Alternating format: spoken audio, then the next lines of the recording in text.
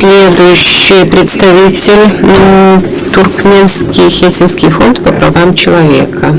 В зале отсутствует турецкая делегация, но я думаю, посредством интернета мои слова дойдут до адресата. 13 сентября президент Турции подписал постановление о визовом режиме для туркмен.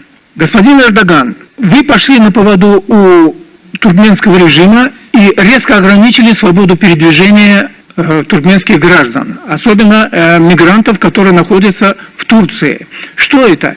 Вы мечтаете создать великий Туран?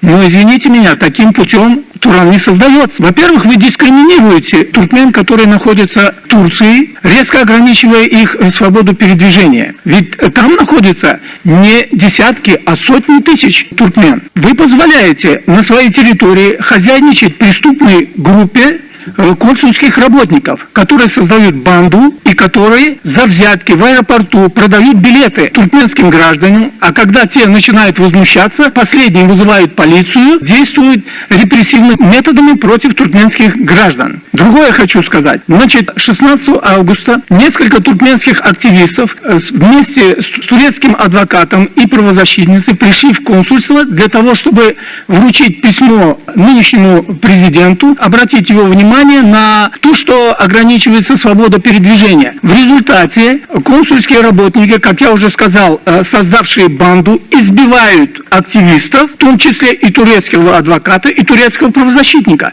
И что происходит дальше? Молчание. Забирают тех, кто пострадали, а консульские работники остаются в стороне. Вот такая вещь происходит в Турции. Хочу сказать, господин Эрдоган, если вы хотите дружить с туркменскими диктаторами, пожалуйста, дружите. Это ваше дело. Но союз в любом случае создается не с диктаторами, а с народом, то есть туркменским народом.